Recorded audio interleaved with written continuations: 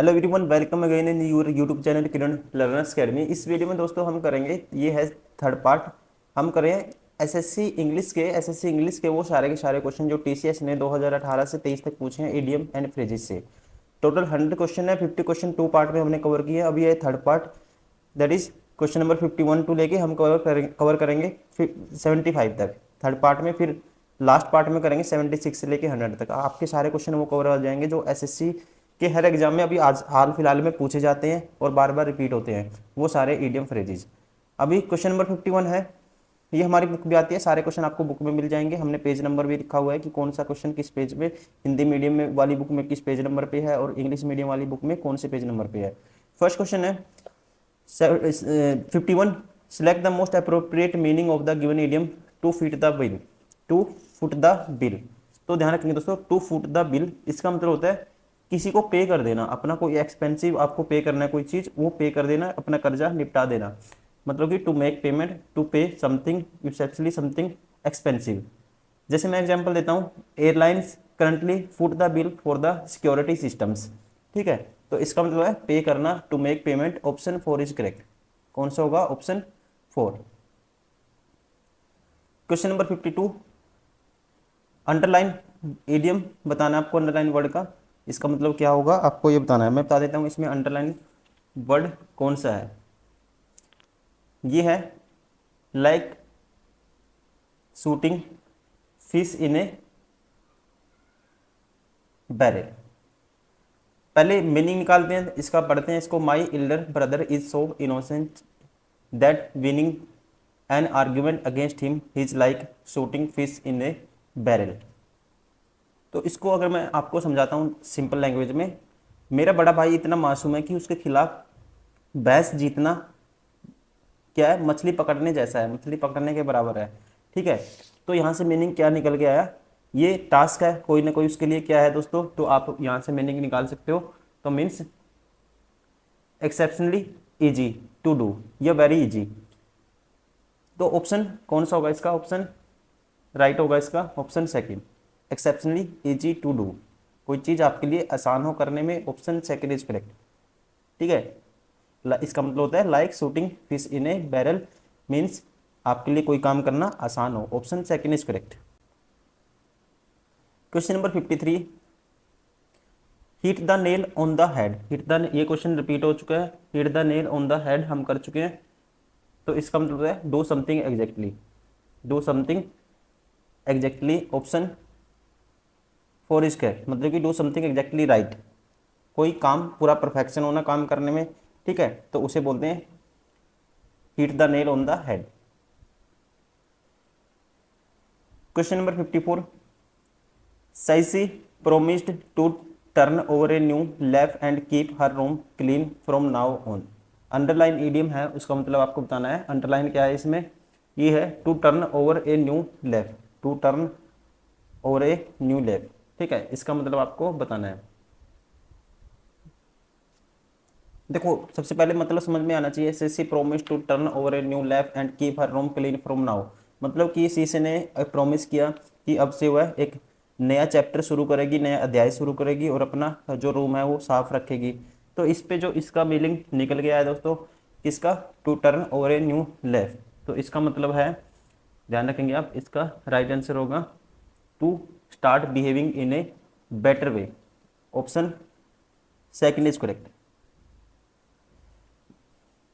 Separate the wheat from the chaff, separate the wheat from the chaff। तो इसका जो मतलब होता है to separate the valuable from the worthless. ठीक है, अच्छी चीज़ों को निकालना बुरी चीज़ों में से। Option second is correct. Question number 56, to be in the driving seat, to be in the driving seat. तो इसका मतलब होता है दोस्तों टू बी एन चार्ज और कंट्रोल ऑफ ए सिचुएशन। आपके पास कोई सिचुएशन का क्या हो, पूरी तरह से कंट्रोल हो। ठीक है, ऑप्शन फर्स्ट इज करेक्ट।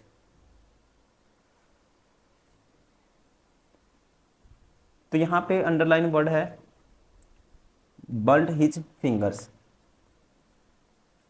ठीक है, पढ़ते हैं, he burned his fingers interfering in others problem. तो इसका जो मीनिंग निकल के आया यहाँ पे, got into trouble, to harm oneself, option 4 is correct. क्या होगा दोस्तों? बर्न हिज फिंगर्स इंटरफियरिंग, मतलब कि got into trouble. Question number 58, to keep a good table, to keep a good table, इसका मतलब होता है अपने जो गेस्ट हैं उनको एक अच्छा भोजन खिलाना, ठीक है, शानदार भोजन देना उनको। तो यहाँ से जो मीनिंग निकल के आया, to offer sumptuous food to one's guest, option first is correct. Question number 59, Aruna is the apple of her mother's eye, ठीक है, apple of her mother's eye, apple of one's eye, इसका मतलब होता है दोस्तों very dear to someone, very dear to someone, मतलब कि option for a person who whom her mother is extremely fond and proud, option 4 is correct। by the skin of your teeth, by the skin of your teeth, तो इसका जो मतलब होता है बिल्कुल मतलब मुश्किल से गुजारा चलाना, मुश्किल से गुजारा करना या काम चलाना, उसी सिचुएशन में बोलते हैं हम by the skin of your teeth, option first is correct. To just बेयरली gate bye और make it, option first is correct. Question number 61, get down to brace task, get down to brace task, इसका मतलब होगा दोस्तों, ध्यान रखेंगे, इसका मतलब होता है to become serious about something, क्या होना? To become serious about something, option first is correct. Question number 62, the life of soul of the party, the life of the life and soul of the party, इसका जो right answer होगा, इसका मतलब होता है person who brings lots of energy to the party, उसे बोलते हैं the life and soul of the party, option 4 is correct. Question number 63, fairly and squarely, fairly and squarely, तो दोस्तों इसका मतलब होता है honestly and straightforwardly, honestly and straightforward, option 4 is correct, कह सकते हैं ऑनेस्टली, ईमानदारी।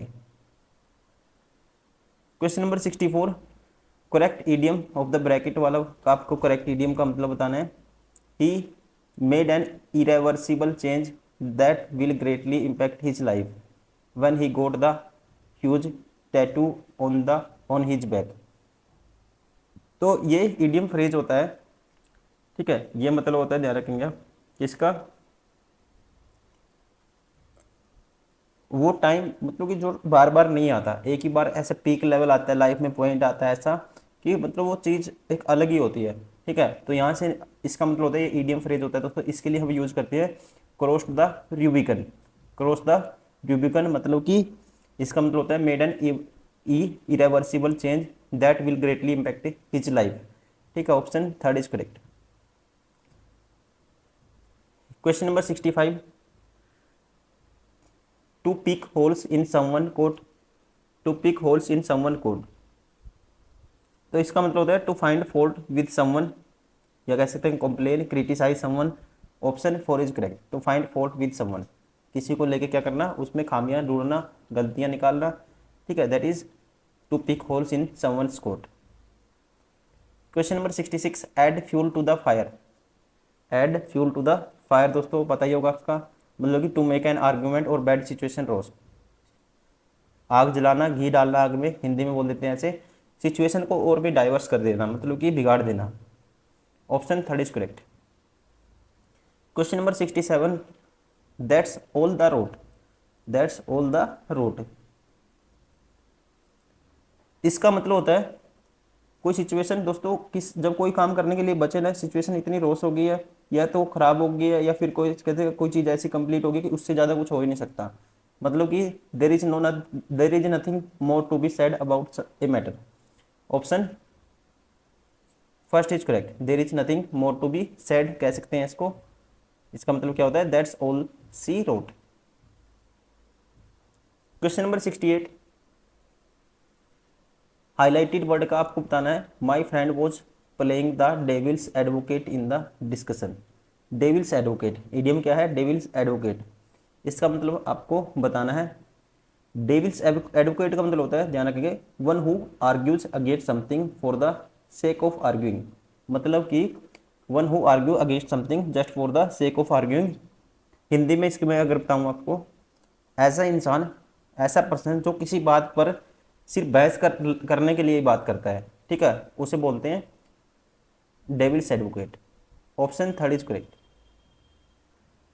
Question number 69, to crow over something.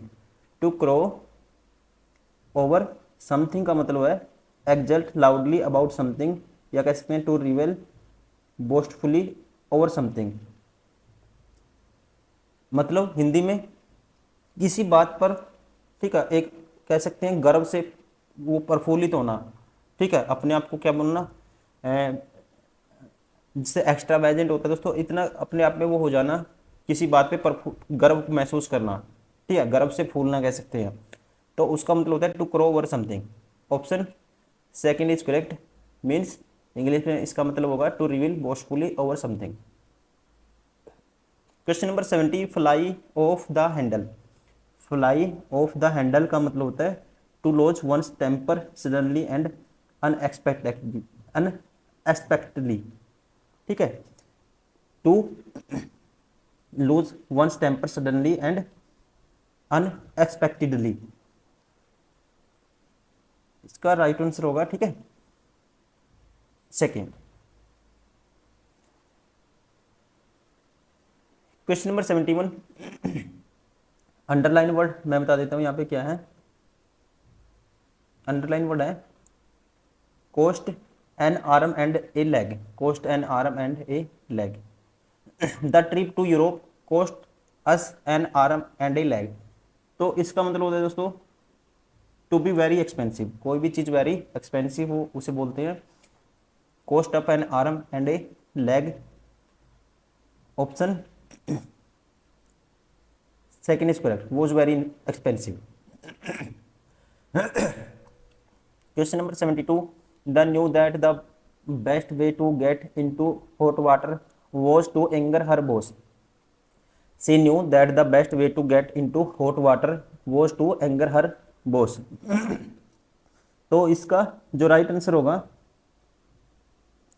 इसका मतलब होता है टू गेट इनटू ट्रबल, या कह सकते हैं ट्रबल इन्हें, या कह सकते हैं इन्हें डिफिकल्ट सिचुएशन में फंस जाना, बुरी सिचुएशन में फंस जाना, ठीक है। Option four is correct.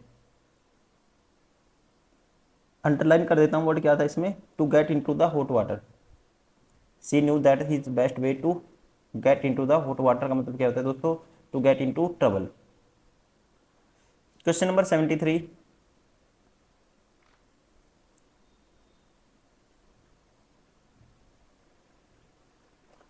All the candidates have strong determination to succeed. मतलब सभी कैंडिडेट में सक्सेस होने का क्या है, एक दृढ़ निश्चय है।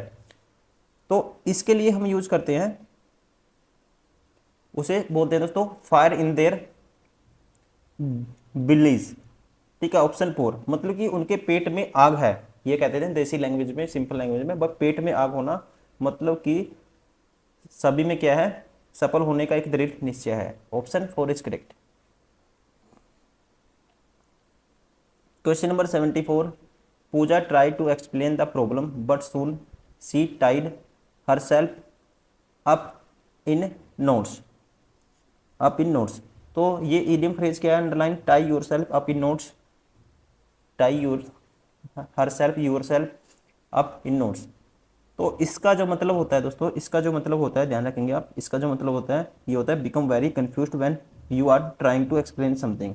कुछ एक्सप्लेन करने में, ऐसी सिचुएशन आप उसको एक्सप्लेन करना चाह रहे हो लेकिन अच्छे से नहीं कर पा रहे हो, ठीक है, उस सिचुएशन को बोलते हैं, क्या यूज करते हैं उसके लिए, tied herself up in the knots, become very confused when you are trying to explain something. Option second is correct. Last question है इस पार्ट का, ठीक है। अंडरलाइन वर्ड का आपको बताना है क्या, ईडियम फ्रेज का मतलब। अंडरलाइन वर्ड है दोस्तों, यहाँ पे अंडरलाइन कर देता हूँ, rule the roost. Rule the roost का आपको बताना है क्या होता है। Today the country's nation elitists rule the roost and hand out the jobs. इसका मतलब क्या हुआ, पहले मीनिंग निकालो आप, हल्का फुल्का मीनिंग निकालोगे तो आप रिलेट करके याद कर पाओगे। मतलब क्या होगा इसका, मतलब देश में जो राष्ट्रवादी लोग होते हैं वो राज करते हैं और नौकरियां देते हैं, नौकरियां बांटते हैं कह सकते हैं। ठीक है, तो इसका जो मतलब होगा यहाँ पे रूल द रूस्ट का be in complete control, to be in charge कह सकते हैं, to be in control. Option first is correct. ठीक है ना, वो नौकरियां बांटते हैं तो इसका मतलब क्या, सारी चीज़ें कंट्रोल में है राष्ट्रवादी लोगों के। ठीक है, इसलिए वो राज करते हैं। तो यहाँ से क्या निकलेगा, to be in charge, option first is correct. दोस्तों ये थे third part idiom and phrase का। हम कर रहे हैं इंग्लिश के इडियम एंड फ्रेज के वो सारे क्वेश्चन हम कर रहे हैं जो टीसीएस ने 2018 से लेकर 23 तक पूछे हैं, और जो हर एग्जाम में एसएससी किसी ना किसी एग्जाम में पूछे गए और बार बार मॉक टेस्ट में हर जगह, पेपर में हर जगह रिपीट होते हैं बार बार। आप ये क्वेश्चन लगाने के बाद मॉक टेस्ट लगाओगे, कहीं प्रैक्टिस करोगे, आपको हर जगह हेल्प मिलेगी क्वेश्चन में, आप जल्दी कर पाओगे। ठीक है, तो चलिए इस वीडियो में इतना ही, फिर नेक्स्ट वीडियो में करेंगे इसको लास्ट पार्ट, दैट इज हम करेंगे 76 से लेके 100 तक। Thank you, bye bye, take care.